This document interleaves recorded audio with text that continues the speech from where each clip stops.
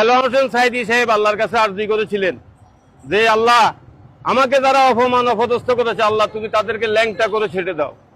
তাদের কথা আল্লাহ তাআলা কবুল করেছে। এই যে এই দেশ, এই জাতি একটা ন্যায় বিচার পেয়েছে, একটা খুনির বিচার হয়েছে।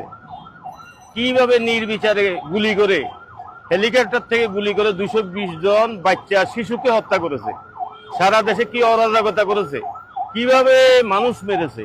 তা আল্লাহ তো একজন আছে, বিনা কারণে বিনা বিচারে সালাউদ্দিন কাদের চৌধুরীর মতো লোককে তিনি ফাঁসির রশিতে ঝুলিয়েছেন। সালাউদ্দিন কাদের চৌধুরী আল্লাহর কাছে বলেছেন যে আল্লাহ, এই আন্তর্জাতিক অপরাধ ট্রাইব্যুনালটা যাতে কি বহাল থাকে।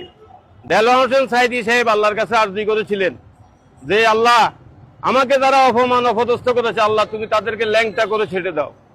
তাদের কথা আল্লাহ তাআলা কবুল করেছে। এই যে এই দেশ, এই জাতি একটা ন্যায় বিচার পেয়েছে। এখন শুধু আমাদের অপেক্ষা এই রায়ের কার্যকারিতা। এই দেশের মানুষ দেখতে চায়। এটাই আমার